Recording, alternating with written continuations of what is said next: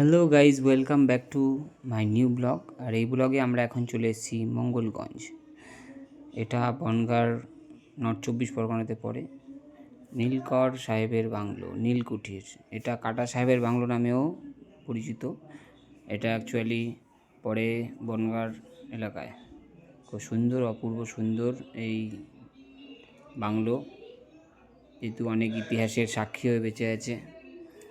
British সাম্রাজ্যে নীল চাষের ব্যাপারে চাষিদের ওপর অকথ্য অত্যাচার ও নিপীড়নের সাক্ষী হয়ে দাঁড়িয়েছে এই ভাঙা ভগ্নদশায় বাড়িটা।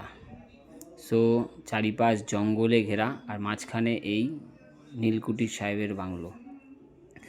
এই বাংলোতে শুনেছি ভৌতিক কার্যকলাপও রাত্রেবেলা কিছু শোনা যায়, আশেপাশের গ্রামের থেকে কিছু গল্প। বাট আমরা এসেছি দিনের বেলা ঘুরতে। দুপাশে জঙ্গল আর মাঝখানে এই কাটা সাহেবের ভূত বাংলো। কতই না ইতিহাসের সাক্ষী হয়ে দাঁড়িয়ে আছে এই ভাঙা বাড়িটা। গা ছমছমে পরিবেশ দিনের বেলাতেই। তো তোমাদেরকে ঘুরে দেখাচ্ছি, কেমন লাগছে অবশ্যই কমেন্টে জানাবে।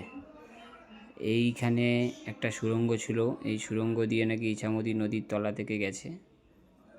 এখন এটা বন্ধ করে দেওয়া হয়েছে, যেহেতু সুন্দর ও ভয়ঙ্কর টাইপের অন্ধকার। দিনের বেলাতেই দেখো কেমন বন্ধুরা অন্ধকার। আমি সিঁড়ি দিয়ে দুতলায় উপরে উঠছি। এখানে অনেকগুলো কুঠির ছিল, এখানে চাষিদেরকে বন্দি করে অকথ্য অত্যাচার করা হতো নীল চাষের জন্যে। কেমন লাগছে অবশ্যই জানাবে কমেন্টে। ফিলিংসটাই অন্যরকম। দুপাশে জঙ্গল, মাঝখানে এই বাংলো। রাত্রেবেলা আসলে একটু ভৌতিক কার্যকলাপ শুনেছি নাকি শোনা যায়, বাট দিনের বেলাতে এরকম কিছু পরিবেশ, এটা গা ছমছমে থাকে। অপূর্ব সুন্দর দৃশ্য, আর একটু রিস্ক আছে। ভাঙা বাড়ি তো, পুরনো, আজ থেকে 200 বছর আগে, ব্রিটিশ সাম্রাজ্যেরও আগে।